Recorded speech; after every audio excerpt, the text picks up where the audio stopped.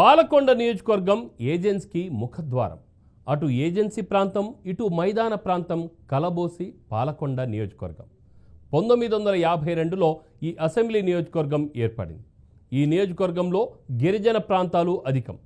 ఎక్కువగా నిరక్షరాస్యత, కట్టుబాట్లు, సాంప్రదాయాలు ఆకట్టుకునే ఈ ప్రాంతంలో గతంలో వివిధ పార్టీల అభ్యర్థులు ప్రాతినిధ్యం వహించారు. 2004 నుంచి వరుసగా 4 సార్లు ఇక్కడ టీడీపీ అభ్యర్థులు ఓడిపోయారు. తరువాత వరుసగా 2014, 2019లో జరిగిన ఎన్నికల్లో వైఎస్ఆర్సీపీ అభ్యర్థి ప్రస్తుత ఎమ్మెల్యే విశ్వాసరాయ్ కళావతిపై గోపాలరావు తనయుడు జయకృష్ణ టీడీపీ తరఫున పోటీ చేసి ఓడిపోయారు. What's the story?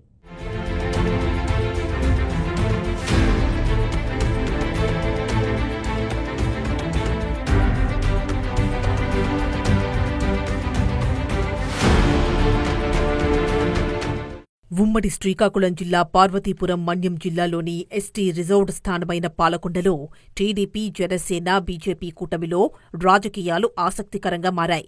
Palakonda MLA Vishwasarai Kalavathi 2014, 2019లో వరుసగా 2 సార్లు ఎమ్మెల్యేగా గెలిచి మరోసారి ఈ ఎన్నికల్లో ముచ్చటగా 3ఓసారి గెలిచి హ్యాట్రిక్ కొట్టాలని తహతహలాడుతున్నారు. అటు కూటమి వైపు మాత్రం అభ్యర్థి ఎవరనేది ఇంకా ఖరారు కాలేదు. పైగా కూటమి అభ్యర్థి ఎంపిక విషయంలో ట్విస్ట్ల మీద ట్విస్టులు రోజుకో పరిణామం చోటు చేసుకుంటున్నాయి. పాలకొండ నియోజకవర్గంలో ముందు నుండి వైసీపీ వర్సెస్ టీడీపీ మధ్య ప్రధాన పోరు కొనసాగుతూ వచ్చింది.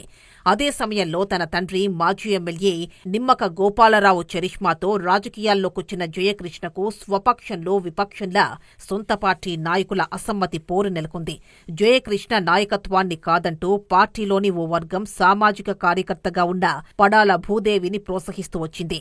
టీడీపీ టికెట్ను ఆశిస్తూ భూదేవి నియోజకవర్గంలో జయకృష్ణకి పోటీగా పర్యటిస్తూ పలు కార్యక్రమాలు చేపడుతూ వచ్చారు. జయకృష్ణకి టీడీపీ సీనియర్ నేత కళా వెంకట్రావు అనుచరుడిగా పేరుండగా భూదేవికి అచ్చెన్నాయుడు ప్రోత్సాహం ఉన్నట్లు వార్తలొచ్చేవి.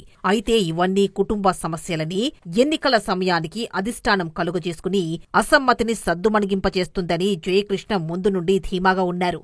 చివరికది అసలుకే ఎసరు పెట్టింది. కళా వెంకట్రావు అనుచరుడైన జయకృష్ణకు చెక్ పెట్టాలన్న ఆలోచనో లేదా నిజంగా టీడీపీ అధిష్టానం ఆలోచనో తెలియదు గాని పొత్తులో భాగంగా అనూహ్యంగా పాలకొండ సీట్ జనసేనకు కేటాయించేశారు.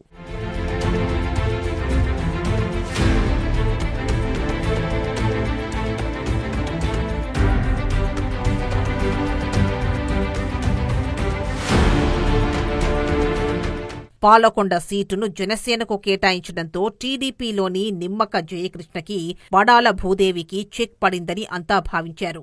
ఎలాగైనా ఎమ్మెల్యే సీటు దక్కించుకోవాలని నిమ్మక జయకృష్ణ తన అనుచరులతో కలిసి పవన్ కళ్యాణ్ను కలిసి తన వర్గంతో తాను జనసేనలో చేరుతానని తనకు గాని తాను ప్రపోజ్ చేసిన వ్యక్తికి గాని టికెట్ ఇవ్వాలని కోరడంతో ముందు నుండి పార్టీలో ఉన్న జన సైనికులను జయకృష్ణ పక్కకు నెట్టేశారనే వార్తలు గుప్పుమన్నాయి.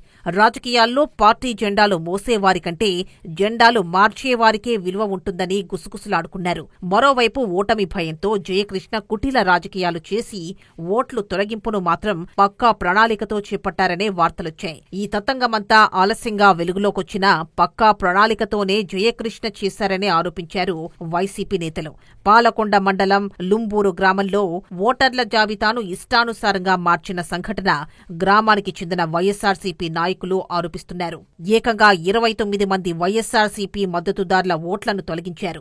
ఓటర్లకు తెలియకుండా ఫామ్ 7లు అందించి ఓట్లు తొలగించే ప్రయత్నం చేశారని, వీరంతా 2019 ఎన్నికల్లో ఓట్లు వేసిన వారే కావడంతో బాధితులంతా ఎంపీడీఓ దృష్టికి తీసుకువెళ్తే జయకృష్ణ డీఎల్పీఓ కార్యాలయం నుండి వచ్చిన జాబితాను అందించారని, ఫామ్ 7 ఆధారంగానే డిలేషన్ జరిగిందని అధికారులు వివరించారు. అయితే ఆ ఫామ్ ఓటర్లు కాకుండా ఎవరు ఇచ్చారన్నది విచారణ జరిపి చర్యలు తీసుకుంటామని తెలిపారు. అవినీతికి ఆమడ దూరంలో ఉన్న జయకృష్ణ గెలుపు కోసం పార్టీ మారారు. అదే గెలుపు కోసం ఓటర్లను సైతం మార్చారని స్థానికులు, సొంత పార్టీ నేతలే తీవ్ర విమర్శలు చేస్తున్నారు.